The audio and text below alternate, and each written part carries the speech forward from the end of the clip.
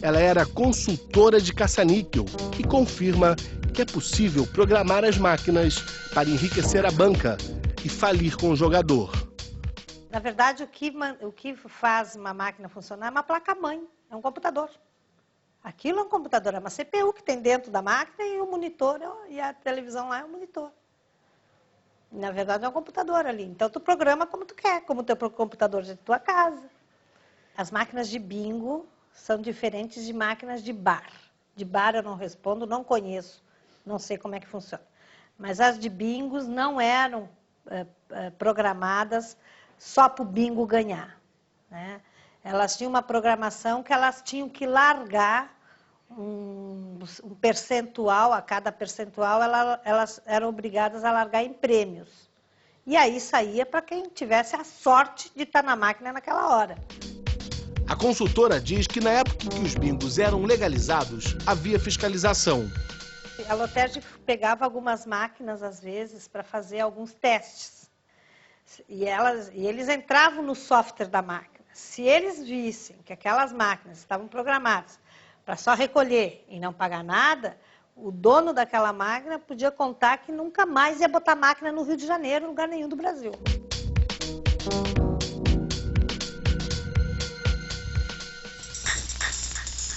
Você vai ver no próximo bloco a história dos jogos de azar no Brasil e o tratamento médico para quem não consegue viver sem jogar. Os jogos de azar são uma boa fonte de receita, mas o custo não vale o benefício. O banqueiro não perde nunca. O bingo a casa sempre ganha. Quando um apostador estoura a banca, né, o banqueiro já ganhou tudo. E aí eu não tinha nem noção que eu estava dando um dinheiro que era meu, né? Porque eu estava alimentando a compulsão do jogo, né? Tem armação. Onde tem grana... Na realidade, a maioria perde. Isso é indiscutível. Neste bloco você vai saber quem trouxe os jogos de azar para o Brasil. Será que a família real gostava de apostas? E a história do jogo do bicho, que nasceu para salvar um zoológico que funcionava neste local e estava falindo.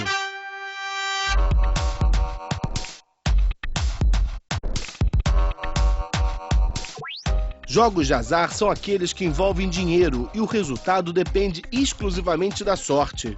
O Estado ele pode explorar os jogos de azar, não todos, né, apenas os jogos de azar previstos nas leis federais, nas leis que permitem isso, que são as loterias, raspadinhas. Podemos dizer que no Brasil o Estado tem um monopólio da exploração desses jogos de azar. A iniciativa privada não pode. Essa é uma opção política do Estado brasileiro.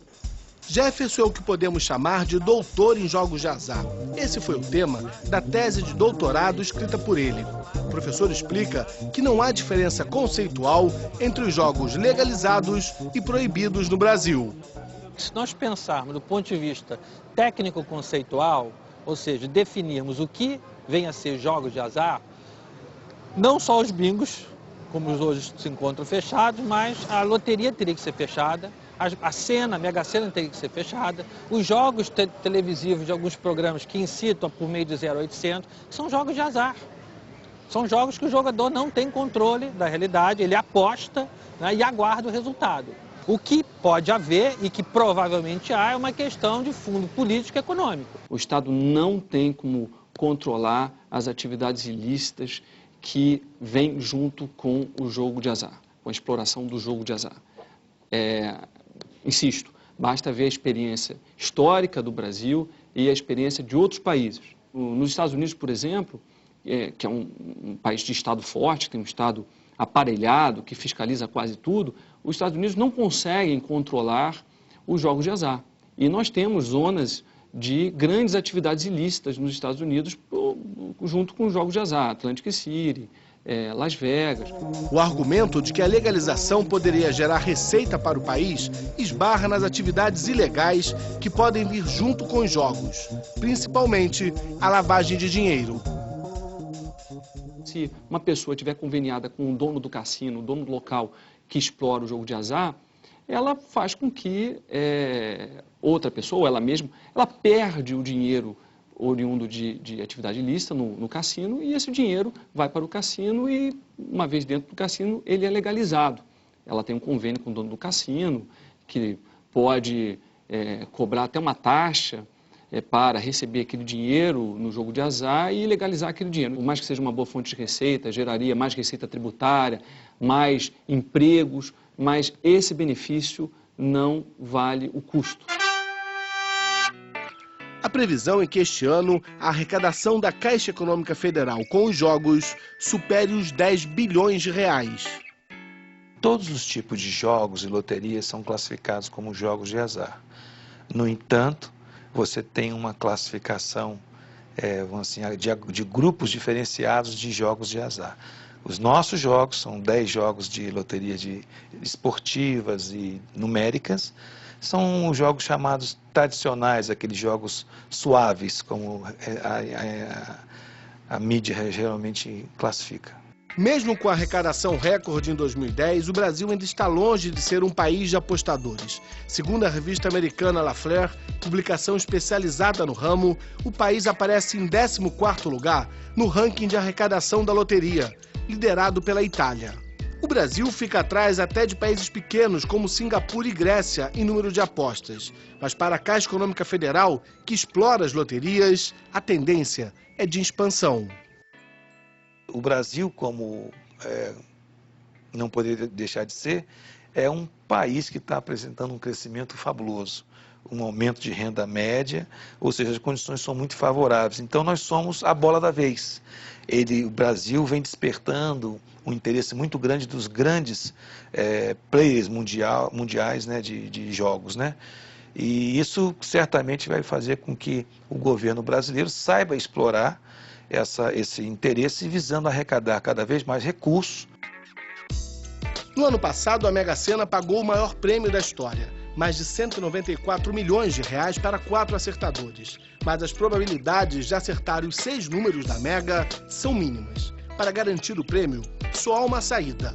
Anote a dica: apostar em todas as possibilidades de combinações numéricas. Para isso, é preciso fazer 50.063.360 apostas, a um custo de R$ 2 cada uma. Você vai gastar mais de 100 milhões de reais, mas vai ser um acertador da Mega Sena. A exploração é exclusiva da União, tá? E a União delega à Caixa Econômica a sua exploração com o objetivo de arrecadar recursos para financiamento da área social. Então nós temos, por exemplo, aproximadamente 50% do que é arrecadado é direcionado para a área social. Estamos falando algo em torno, nesse ano de 2011, de 5 bilhões. Os jogos chegam ao Brasil com os colonizadores.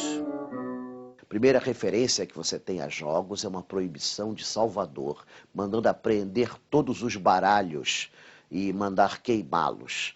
Também apreendendo dados, ou seja, você já tinha baralhos, já tinham dados, esses baralhos vinham de Portugal. E a família real gostava de jogar? A família real não praticava jogos de azar, praticavam competições mais inocentes, tipo tiro ao alvo, corridas de cavalo, mas jogos assim a dinheiro eles não se metiam. Os ingleses que chegaram também em 1808, eles introduzem novos jogos como pôquer e tudo mais. E isso se torna também uma epidemia no Rio de Janeiro dos primeiros anos do século XIX. Um dos jogos de azar mais populares do país surgiu com a proclamação da República. O jogo do bicho nasceu neste local, atualmente um parque. Mas aqui funcionou o primeiro zoológico do Rio, o Zoológico do Barão de Drummond.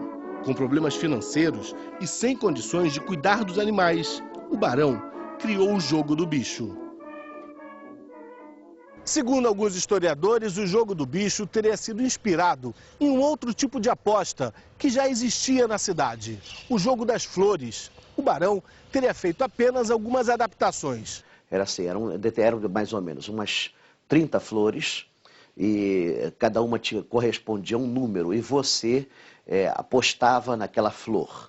E no final do dia eles punham um buquê na loja, na Rua do Ouvidor, com a flor escolhida, né? E a pessoa então recebia o prêmio.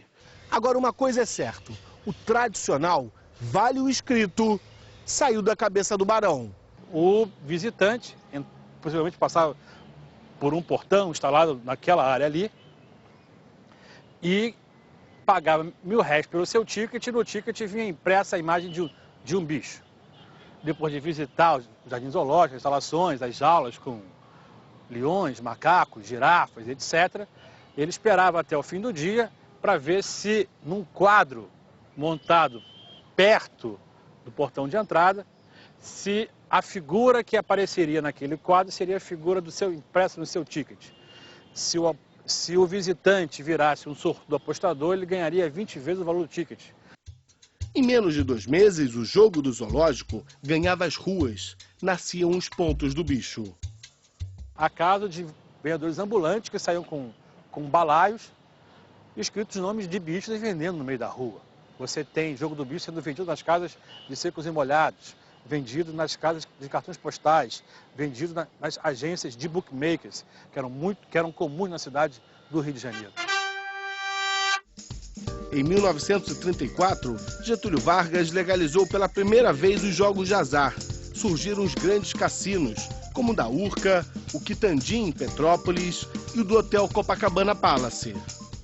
Quando o jogo foi legalizado, o jogo de azar, em 1934, pulularam os cassinos, né? E você tem casos terríveis de pessoas que enriqueciam, faziam fortunas e no outro dia já estava pobre de novo, ou se matavam, perdiam tudo. O jogo é viciante, né? Tanto que o jogo é proibido a 30 de abril de 1946. E é interessante que oficialmente ele foi proibido para moralizar a sociedade. Extraoficialmente, dizia-se a boca pequena que o jogo servia de caixa 2 para uma série de políticos.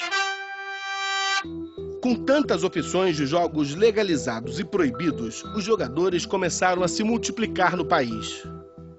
Vai ser dada a largada para o quarto páreo. Largaram! 1.500, 1.400 metros, não sei o que tem. Contornam a grande curva e entram na reta de chegada. Não perde mais. Tá vindo por fora, atropelando por fora. Número 5, tá atropelando. Juntou, colou, cabeça, fotochá. Fotografia. O jornalista Leomar Frois é um apaixonado. Corrida de cavalo, para mim, uma das coisas mais emocionantes que eu vi na vida. Mas na corrida da vida, a razão chegou primeiro. E a paixão agora é coisa do passado. Ele é um dos poucos que conseguiu se livrar do jogo antes de ter a vida destruída. Para mim não foi doído, nem foi coisa, porque aquele processo veio vindo com a realidade de que eu perdia muito mais do que ganhava, como todo jogador, estou dizendo, vai perder muito mais do que ganha, né? E num tempo, entendeu? Aquela emoção começou a se desgastar. Depois de 2 anos, eu falei, não quero mais cavalo, né?